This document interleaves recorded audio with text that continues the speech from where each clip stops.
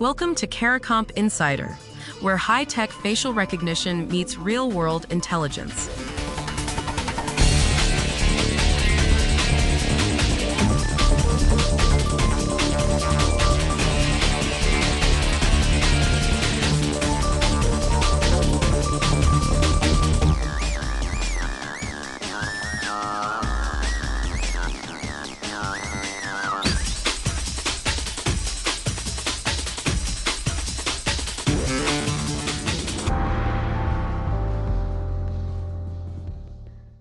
Over the past 2 years, researchers counted 156 deepfakes targeting U.S. government officials.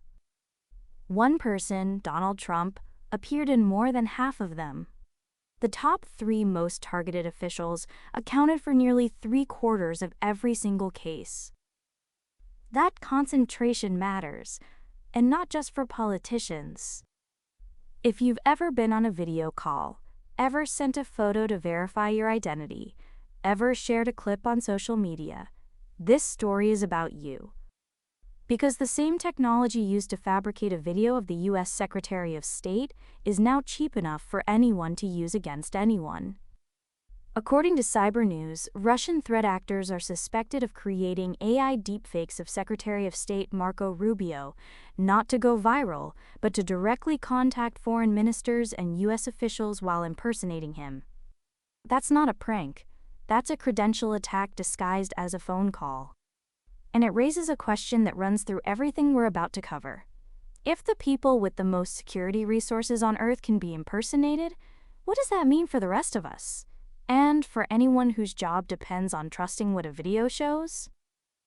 For a long time, when an investigator, a detective, a private firm, an insurance adjuster received a video, the first question was simple. What does this show? A face, a license plate, a timestamp.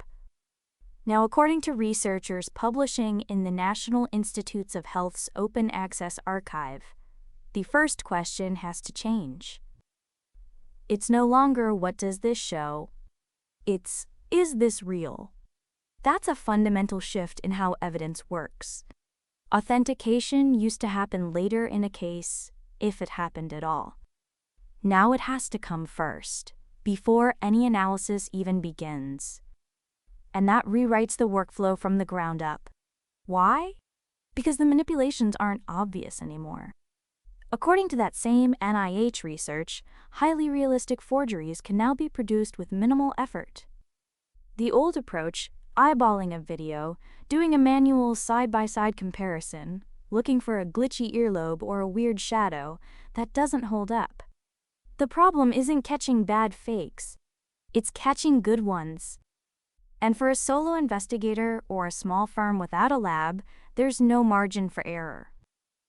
For the rest of us, it means the next video you see shared 1,000 times on social media might show something that never happened and look completely real.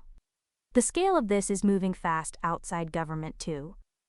According to threat intelligence from Cyber, AI-powered deepfakes were involved in roughly 1/3 of high-impact corporate impersonation attacks in 2025. 1 in 3. Those attacks targeted businesses, CEO fraud, vendor impersonation, fake identity verification. The deepfakes aimed at politicians aren't just political noise.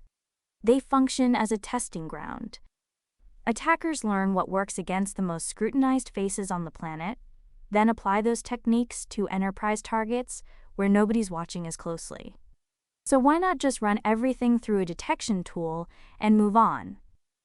Because detection alone isn't enough, especially in court. A separate NIH review focused on forensic applications found that explainability is essential. That means a tool can't just say, this is fake and leave it there. It has to document why, what specific artifacts it found, what model it used, how confident it is. Without that reasoning, a detection result won't survive cross-examination. A prosecutor can't hand a jury a confidence score with no explanation behind it. And for everyday people, this matters too. If courts can't reliably sort real video from fake legitimate evidence, the kind that proves what actually happened to a real person starts to lose its weight. According to analysts at MIA Digital Integrity, deepfake material is expected to significantly erode jury confidence in digital evidence overall. That could mean higher prosecution costs, dropped cases, and verdicts that hinge on whether 12 people trust what they're seeing on a screen. The damage isn't just that fake evidence gets in. It's that real evidence gets doubted. And the gap is widening. According to researchers tracking detection capabilities into 2026, the AI that creates deepfakes is improving faster than the AI that catches them. Real-time detection requires enormous computing power that most organizations don't have. Many existing detection methods struggle to adapt when new manipulation techniques appear. That forces investigators into a reactive position, always one step behind the latest generation of fakes. Most people assume the biggest danger of deepfakes is that we'll believe something fake. But the deeper threat runs the other direction. Once deepfakes are common enough, anyone caught on real video can claim it's fabricated, and that doubt is now reasonable enough to work. So, 156 deepfakes hit U.S. officials in 2 years, concentrated heavily on just a few faces. The same techniques are already showing up in corporate fraud at serious scale. And the tools that catch fakes are falling behind the tools that make them, which means authentication has to happen before anyone even starts analyzing what a piece of evidence shows. Whether you build cases for a living or you just watched a video on your phone this morning, the question is the same now. Is what I'm seeing real?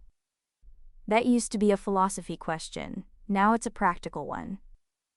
The full story's in the description if you want the deep dive. Now you know something most people in this industry don't. Use it. And when you're ready to put it to work, caracomp.com. We'll see you tomorrow.